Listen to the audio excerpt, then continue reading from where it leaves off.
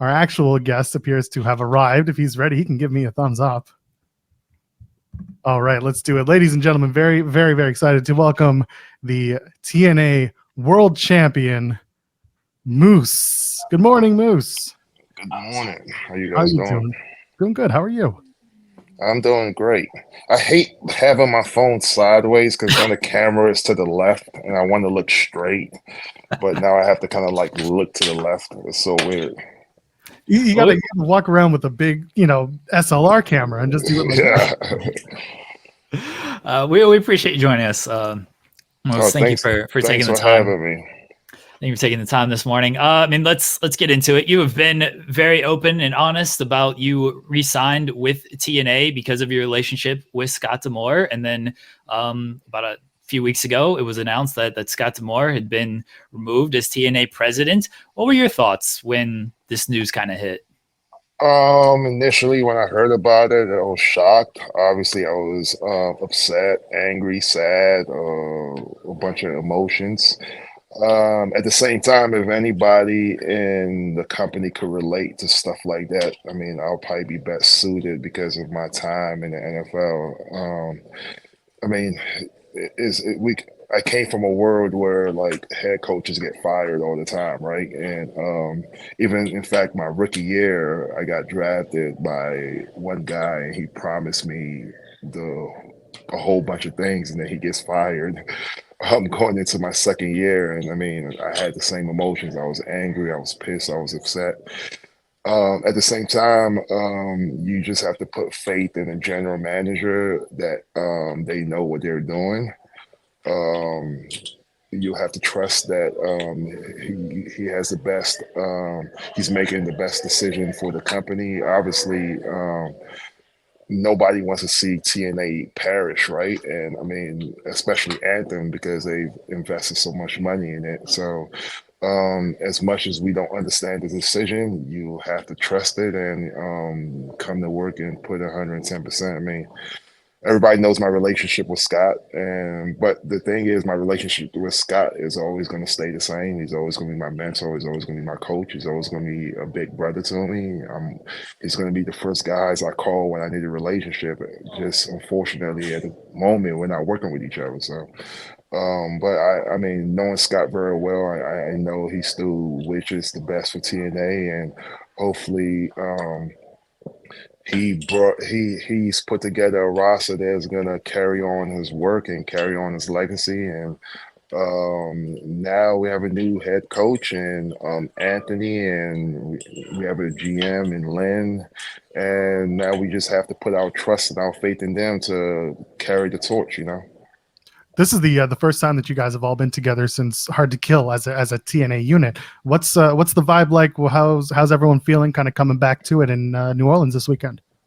I think the best way to get over something like that is to work, is to do what we all do best, is go in there and put on the best damn wrestling show, which we've been doing lately. So I think majority of the guys in the locker room have the same mindset that I have. We have a new head coach now. We have a new leader, and we're gonna bust our ass and do the same things we've been doing thus far. There was a letter that was put together by talent that was sent to Anthem. Did you see this letter? Were you part of this letter? I saw this letter. It was just a last effort dish to hopefully try to bring Scott back. But it is what it is. It's just one of those things where, like I said, we are all gonna put our best foot forward. We have a new coach now, and we're gonna play our asses off for him, and we're gonna do the best thing. As a talent, we're gonna do what we know to do best, which is put on a great damn wrestling show. Well, let's shift focus to that wrestling show for a second. Before Impact Wrestling went dark, you were challenging for the TNA title, and at the time, yourself and Brian Myers were kind of on the out. Myers started working with Edward Edwards, and then suddenly the system formed. How did that system group all come about, and then suddenly just kind of came into formation by the time it got to Hard to Kill? I mean, the sense you got to think about me and Eddie, we've been great friends for the longest. I know we had a little feud going on, but I think we looked past our differences and realized that we're better as friends than anything else. And then me, I had a relationship that I formed with Myers. I think it just made sense that all three of us pairing together is better and the strongest faction group in TNA history. So we was like, why not? And I mean, it's already successful because I'm now the TNA World Champion. On the subject of the system, I was very surprised, but also very happy to see DeAngelo Williams at TNA Hard to Kill. I wanted him back in the ring. How did this come about? And is there a possibility he gets back in the ring? I mean, that's a question for DeAngelo. I mean, I would love him back in the ring, but DeAngelo was really, really strong-minded when he said it was one and done. When we had that tag match, I think that was like what, 5 years ago, 4 years ago, something 5 years ago, I believe. But he was strong-willed about that. He told me, he was like, Moose, I'm only doing this once, so don't ask me ever again to jump back in the ring. So hopefully he has a change of heart. I think DeAngelo, in my opinion, started a trend of celebrities jumping into the ring, and I still think he's had the greatest celebrity debut, surely, in the whole game. I know Logan. I mean, can you call Logan a celebrity? He's a full-time wrestler now, right? So More or less.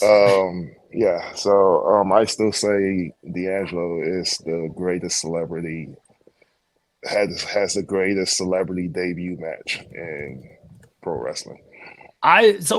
What was the hard to kill appearance like? How did that come together? Because it was very surprising. DeAngelo hadn't been on, certainly wrestling television for a while, and then he just showed up backstage with you guys. I was surprised to see it. Like, how did that all come together? I knew it was going to be a big night for us, the big night for the system, so I invited him down. And hey, let's just look at DeAngelo as the Dennis Rodman to the NWO. Whenever he has time and whenever he's not, he's a busy man. I mean, he has his own podcast. He's on TV shows. He has his own TV show that he's working on, the Ghost Mythbusters, whatever it's called. So whenever he's not busy doing all the wearing the different hats that he wears and doing all the things he has a home in TNA. He has a group in the system that he can always come to and do some dirty stuff. Yeah, I loved it. I'm a Panthers fan, so double trouble with him and Jonathan Stewart. Those were some glory years for the Panthers. I used to hate those years because I was a Falcons guy. I was drafted to play 4 years with the Falcons, so they whooped our ass a lot. So Julius Peppers was always getting after somebody. I mean, he got after me a few times. So yeah. But he's in the I mean, I could say that I left. I played against the Hall of Fame defensive end, and he didn't get a sack on me. So I guess that's one of my claims to fame in the NFL, right? This Friday night, you've got TNA No Surrender. You're defending the TNA World Championship against Alex Shelley in a no surrenders match. So very quickly, just to explain the match, there are other members of each person's team who can throw in the towel for their respective members. So someone from the system could throw in for Moose, someone from Alex Shelley's time splitter jacket, whatever you want to call them, could throw in for him. Going into this match, kind of what are your feelings? How do you feel out a match like this where you basically don't have any control?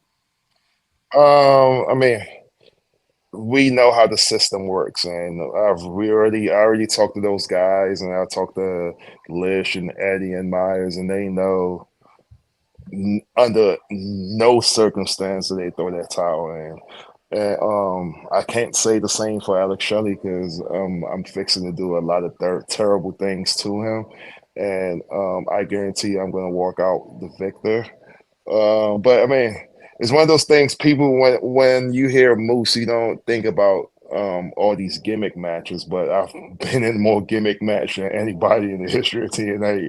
So there's another one for you, the No Surrender match, and Moose is a part of. So I'm planning on being victorious, and I'm planning on hurting Alex Shelley very badly, and I'm gonna make sure somebody from his team throws in the towel. Now hold on. Let's just pretend that nobody listens to this show or covers these interviews. What illegal or downright dirty things are you planning to do to Alex? There will be blood. Okay. Let's say that. Yeah. Throw in a white towel just to mop up the blood. Yeah. Somebody who closed Hard to Kill with you, he after kind of cut your celebration short, Nick Nemeth coming in, laying you out. Not looking past Alex Shelley, but maybe looking, what do you have in store sort of for Nick Nemeth? And what's it been like having him there in the locker room as well? Honestly, Nick was a great addition to the TNA roster, to the TNA family. It's just unfortunate that he picked me to make an impact against. And I always tell people that God forgives, I don't. So whenever I'm ready to retaliate to what Nick Nemeth did, trust me, you'll know. But I'm not worried about him right now. My focus is 100% on Alex Shelley. I think Alex Shelley deserves that, and that's what I'm going to give him. But there's going to be a time, and there's going to be a place I decide to get my hands on Nick, and the whole world will see it. Some people may not know this, but before you wrestled Kushida this past week on Impact, or on TNA Impact, you've tagged with him before. Talk to me about working with Kushida both as an opponent and as a tag team partner. First of all, I'm gonna give Kushida a compliment. He is probably the youngest looking old wrestler that I've ever seen in my life. Kushida is actually probably like 40 years old, but he looks like he's 18. So God bless those Japanese genes. I wish I had some of those. But yeah, many moons ago, I tagged with Kushida in Japan. And I remember specifically we made our entrance and he sat on my shoulder with both of us doing the most thing. And that was a very special moment. I think that was my first tour with New Japan. But yeah, we had a lot of fun, and wrestling against him, obviously, I've matured since when we tagged. I'm a different wrestler. I'm half the size I was when I tagged with him.